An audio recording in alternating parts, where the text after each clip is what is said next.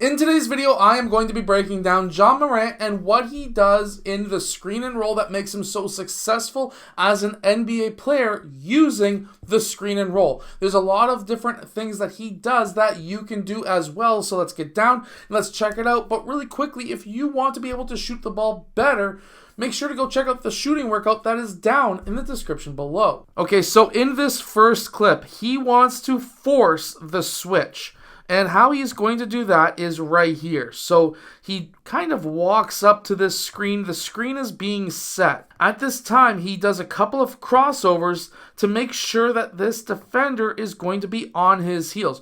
Whether he wants to fight over top or go underneath, it doesn't matter, because those quick double crossover is going to allow him to be stuck on that heel of that defender, and this means that he can force the switch because he wants the slightly slower drop defender to switch onto him, and that's exactly what happens right here. He does a quick crossover jab, and then he's able to get past that man and finish at the rim. So in real speed, to be able to force your defender to get stuck on that screener, that is one way that you can do it. Now, if you are as explosive as Ja Morant, this is one thing that you can do. So at this point, he gets that screen. His defender is stuck on the screen. At this time, he can do a couple of different things. Depending on what this defender is doing and how he looks, Ja Morant can pull up for a three, or he can attack the rim, depending on what happens. So coming off of this screen, what I notice as a player myself is that this defender is not balanced.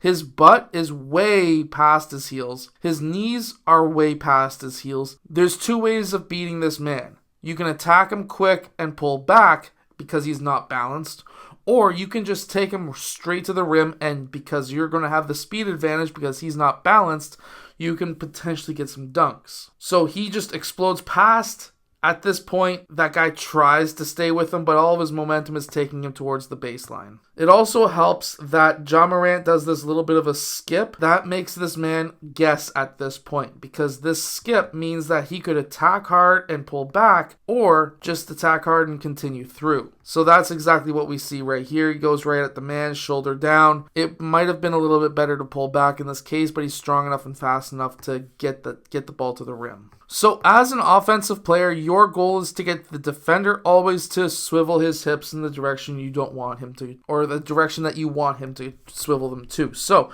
what I mean by that is right here. So Ja Morant uses that screen initially. The guy is on defense is not going under or over. So he waits that 1 second to lift the defender up. Look at where the defender's hips are currently facing, towards this sideline. The amount of time it's going to take to drop this shoulder and this hip down is going to be a very long time when it comes to the game of basketball. And Ja Morant attacks that side.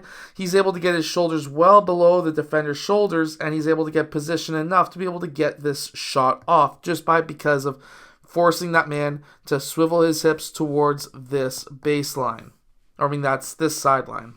See, the one thing with Ja Morant is he is so explosive. And if you are an explosive player like him, one of the best things that your teammates can do is to set a screen on the back of your man. This basically means for a fast player that you need to get to the rim as fast and as early as possible. That is exactly what we see right here. That back screen right there allows his man to get stuck.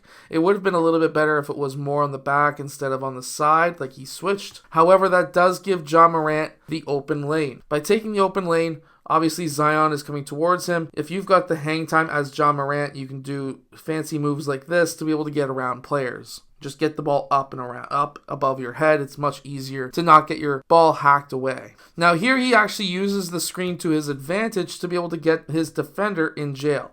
So he crosses away from the screen and then crosses back towards that screen. At this time, he stops and gets his shoulder in front of that defender. This is what essentially allows his defender to get stuck in jail. So now he is riding essentially the hip of Ja Morant, and Ja Morant has the angle to the basket, which is why he's able to get this shot off right here. So if it wasn't for that screen, he wouldn't have been able to get his defender in jail. So right here, he uses a rescreen. Could he have taken the 3? There is potential early in the shot clock, though, and some coaches don't like that, so maybe his coach doesn't like that. However, he used that screen. His man went underneath. However, this leaves a wide open 3. I'd be screaming at him to take that 3. However, they set that rescreen slightly back now because his defender has given space to Ja Morant. Ja Morant then attacks that rim, and he's able to pull up for that shot because the drop man was way too low. Now, anytime that your defender goes over top of the screen, as we see right here, where his man is going over top of that screen,